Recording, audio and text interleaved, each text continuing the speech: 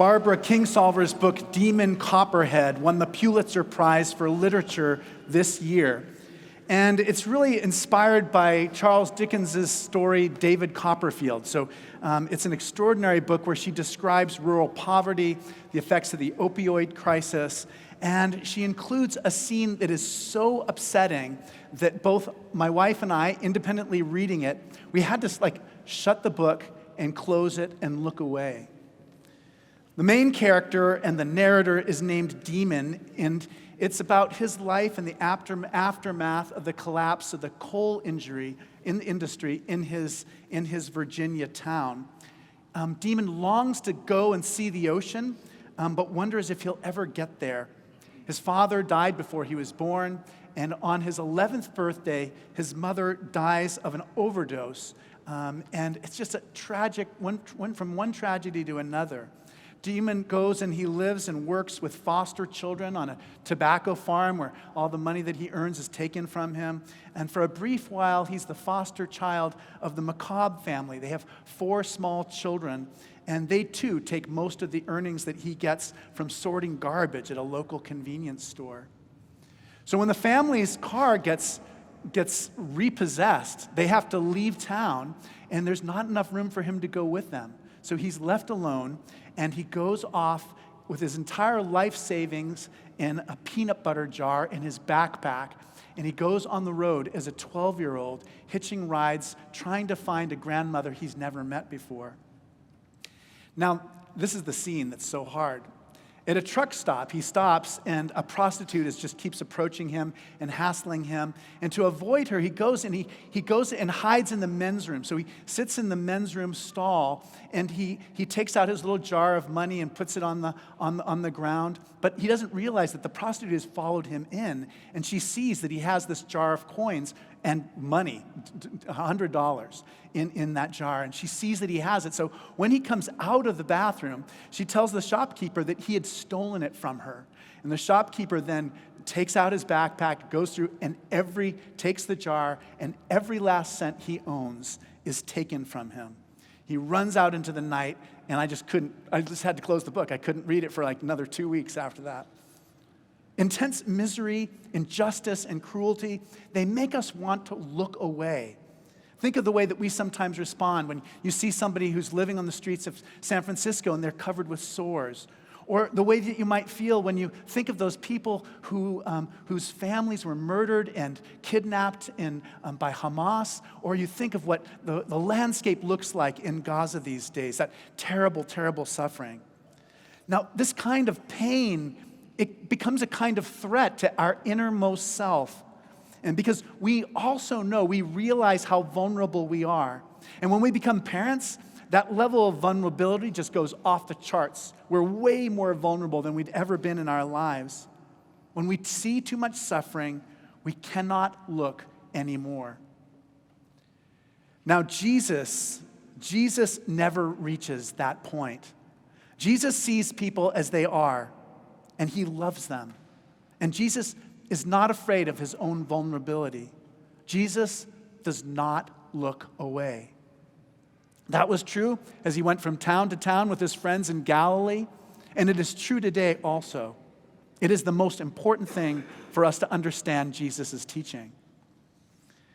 Now, in the Gospel of Matthew, one of the things that Matthew does is he compares Jesus and kind of describes him as the new Moses, a new prophet. And I'm going to just give you 3 quick examples of that. So, in the very beginning of the story of Jesus' birth, King Herod kills all the infants, and so Jesus has to flee into Egypt. That's very much like in the Old Testament when the Pharaoh is trying to kill all the young Hebrew male children. So that's one example. In the book of Exodus, Jesus, there's 5 books in the Torah, and Jesus in the book of Matthew gives 5 different important discourses.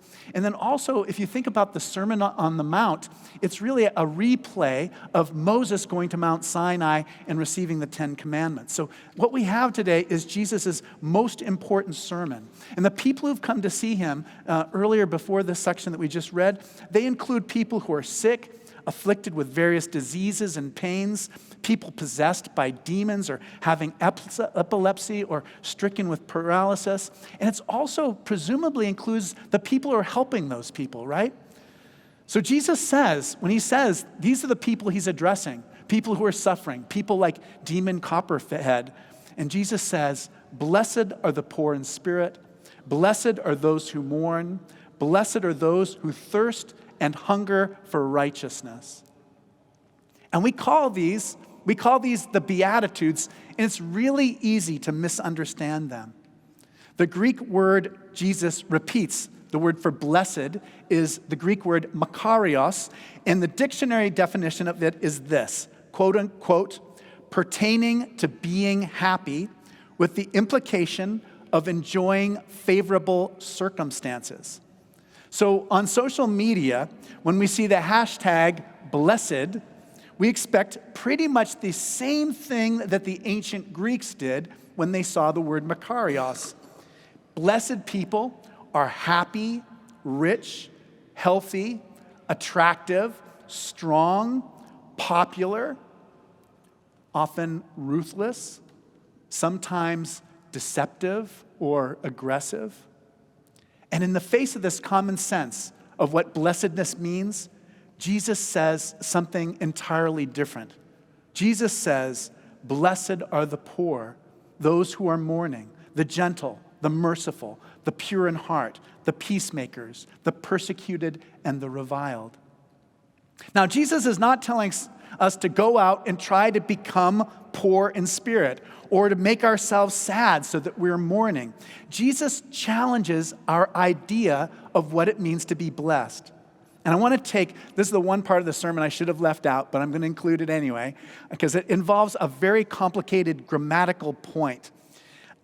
In grammar, there are these things called moods. So moods are a grammatical form that describes the speaker's view of an event's reality. So sometimes when a speaker is speaking, it's about something that's certain. Sometimes it's something that's wished for. Something that's possible. Sometimes it's something that the person is demanding happen. So mood in Greek determines which of those things is going on. So I'm going to give you an example. I didn't check with her ahead of time, but my friend Caroline's in the front row, and I'm going to give you an example of the indicative. The indicative is describing how things are, and you can describe how things are in a statement or in a question. So my statement for the indicative example is Caroline sings in the choir. That's an indicative statement. And I could also say, is she the newest member? In Greek, both of those would be indicative. Now, the imperative demands something. It's like the way we use the word imperative. So it's for instance, if I said to Caroline, sing us a hymn, that would be the imperative. So Jesus, when he's talking, is not using the imperative. He's not telling you to go out and be poor in spirit. He's not telling you to go out and mourn. He's telling you the way you are. He's talking about the way people are who are experiencing his talk. And when Jesus says this, he reminds us that in the world of God, in the world of Jesus, God's blessing always comes first. We don't act a certain way and then get rewarded by God's love. God loves us first, and this love gives us strength to not ignore our own vulnerability. Jesus does not turn away from the person who is addicted or shattered by suffering or afflicted by nightmarish circumstances. Jesus looks into that person's heart, and Jesus says, "You are blessed." Now, on Thursday night, we had the bishop candidates here, and I was in the front row taking notes, and John Horton even noticed that I was taking notes, and I'm glad that I did, because one of the candidates for bishop, Augusta, mentioned an article by J.R.R. Tolkien, a paper that he wrote called On Fairy Stories. J.R.R. Tolkien is the person who wrote The Lord of the Rings and The Hobbit, and it's fascinating to hear about what he has to say about the subject of fantasy writing. So before J.R.R. Tolkien came on the scene, before that generation of writers, we did have science fiction like Jules Verne, where you'd inhabit this reality, but something would be slightly slightly different. Like the time machine meant it was this reality, but there's also a time machine. In J.R.R. Tolkien's work and in fantasy work, they create a whole new world that has its own rules that are different from this realities. So it was fascinating to hear somebody who kind of invented that genre talking about it. So one of the distinguishing features of these stories is what Tolkien calls eucatastrophe. Now, the word catastrophe, we know what it means. It's when everything suddenly goes wrong. In Greek, the word eu means good. So a eucatastrophe is when everything suddenly goes right. It's when there seems like there's going to be no way out. It seems like there's no reason for hope. And then suddenly something completely good happens and transforms everything. It's like when Prince Charming gives the kiss. It's like when the Death Star in Star Wars is destroyed. It's like when Harry Potter comes back from the dead to fight his nemesis, Voldemort. Now, for Tolkien, we don't know whether the whole purpose of this world is good or not. We don't know because we sometimes feel like we're facing universal defeat. And he said that these stories, they give us, quote, a sudden and miraculous grace never to be counted on to recur. They give us a taste of joy that presents us with, quote, a sudden glimpse of underlying reality or truth. It is not only a consolation, but a satisfaction of the question of whether or not life has meaning. So Tolkien goes on to say that the Gospels, that is the stories of Jesus, they are about a kind of eucatastrophe in history. The story of Jesus changes everything. All human life is different because Jesus lived. And Jesus' story begins and ends in joy. So it begins with joy when Mary finds out she's pregnant with a baby who's going to change the world. And it ends in joy when Jesus is reunited with the friends who loved him so much in the resurrection.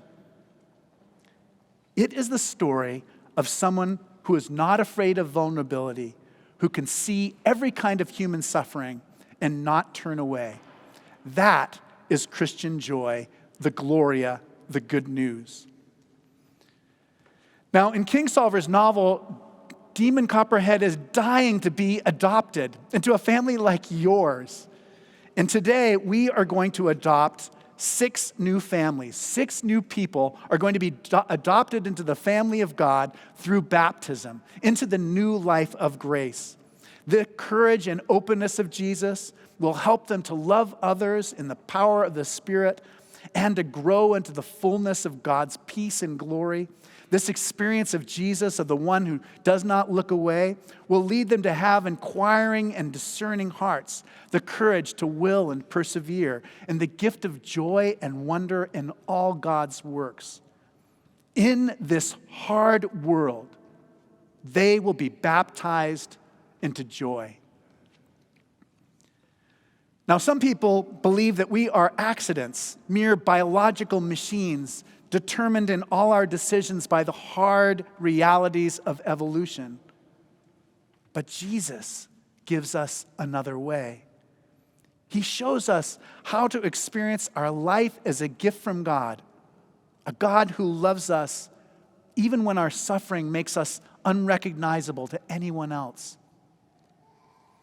I just have one last thing because I wanted to give you a sense for what this joy feels like. But I never do this. Last week, I went surfing on the Sabbath. So exactly a week ago, I went out surfing at Ocean Beach on the most perfect day. And you could see the coastline stretching all the way from Point Reyes on the north, all the way to Pedro Point in the south, and the land looked so perfectly peaceful. It was just in the minutes before sunset, so the horsetail clouds looked so perfect, and the weather was warm, and everyone was there, and the waves were perfectly hollow, and it was the most extraordinary sense of joy. That is what I mean by the gift of joy and wonder that we experience when we experience our life as a gift from God. Do not look away. The eucatastrophe is happening. Blessed are the poor in spirit. Blessed are those who mourn. Blessed are the pure in heart. Blessed are you, beloved and adopted by God, baptized into joy.